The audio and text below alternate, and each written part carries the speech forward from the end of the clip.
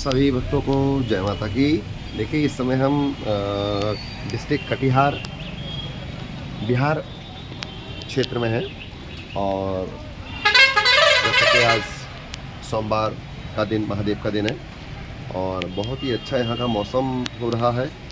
बारिश लगातार है, मौसम में गर्मी का पता ही नहीं चल रहा है और पूजन कार्य हमारा चला हुआ है। जैसा कि हम बिहार शरीफ होते हुए और नालंदा डिस्ट्रिक्ट होते हुए और सतपुरा डिस्ट्रिक्ट में पहुंच चुके हैं और 3-4 दिवसीय हमारा काम है। तो पूजन के बारे में जानकारी आपको पंडित जी के द्वारा दिलवाते हैं। देखिए आप हैं भुवनचंद तिवारी जी और सभी लोगों को राधे राधे, सभी भक्तजनों को राधे राधे। तो देखिए आगे की आपको जानकारी पंडित जी के द्वारा दी जाएगी। पंचाक पीठ है। पंचाक पीठ में जो है आपके यहाँ पर गणेश लक्ष्मी जी विराजमान है। इस जगह पर इनकी कुलदेवता विराजमान, यहाँ षोडश मातृका विराजमान है और यहाँ कलश भगवान रखे हैं। पुण्यवाचन कलश का हुआ, यहाँ श्री मातृका है और जो है यहाँ पर जो है काल भैरव विराजमान है।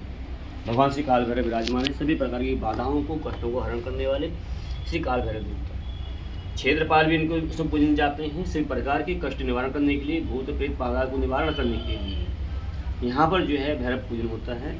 और उसके पश्चात हम जो है 64 युगनी को पूजने के साथ साथ में यह वास्तु कलश है।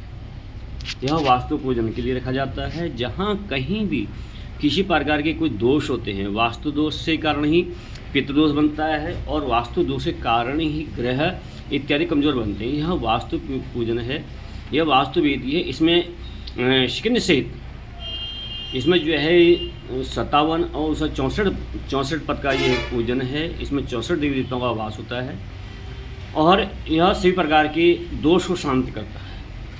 और इसी वास्तु में जब देखते हैं कि कहीं भूत प्रेत बाधा होती है तो वास्तुपति के ऊपर साथ में पंचमुखी हनुमान को विराजमान कर दिया जाता है ताकि वह जो है सब प्रकार के काष्टों को निवारण करे। और साथ साथ में यहाँ पर जो है असंख्यात रुद्र के साथ में चतुर्थ लिंगोत्तभद्र का पूजन किया जा रहा है।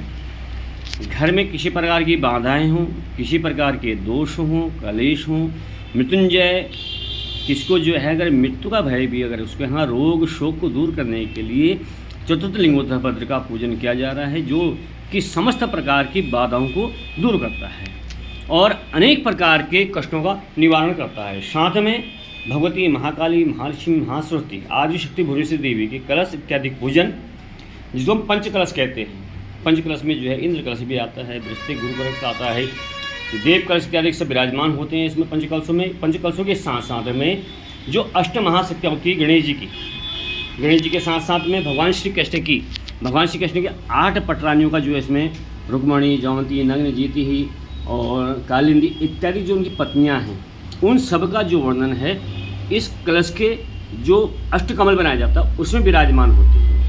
उन अष्ट शक्तियों का वहाँ पर आवाहन किया जाता है।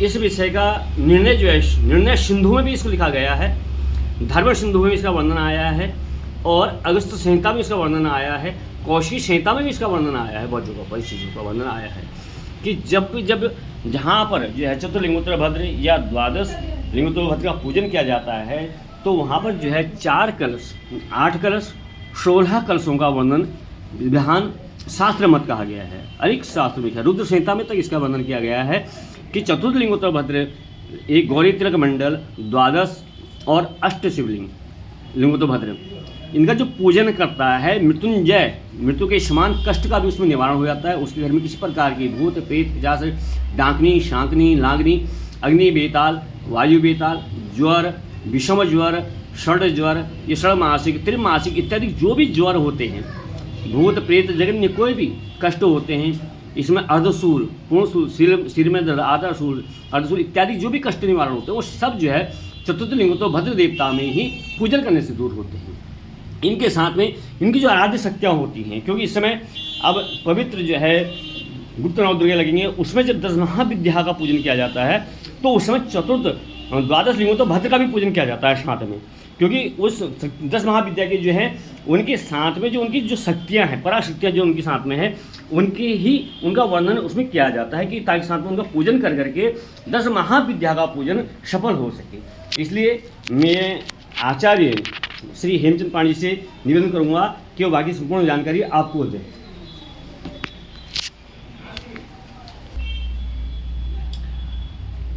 तो देखिए, आपको जैसा कि जानकारी हमारे आचार्य और व्यास जी के द्वारा दी गई,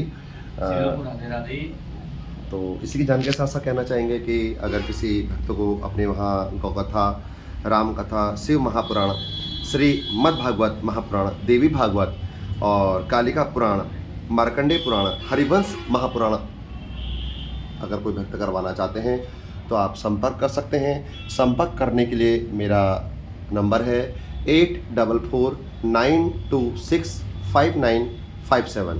फिर से नोट करेंगे 8449265957, और इसके साथ दूसरा नंबर 7017666025।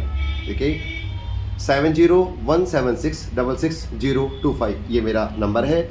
और चलिए भक्तों, आगे को फिर मिलते हैं, तब तक हमारे चैनल से जुड़े रहिए। सभी भक्तों को जय माता की।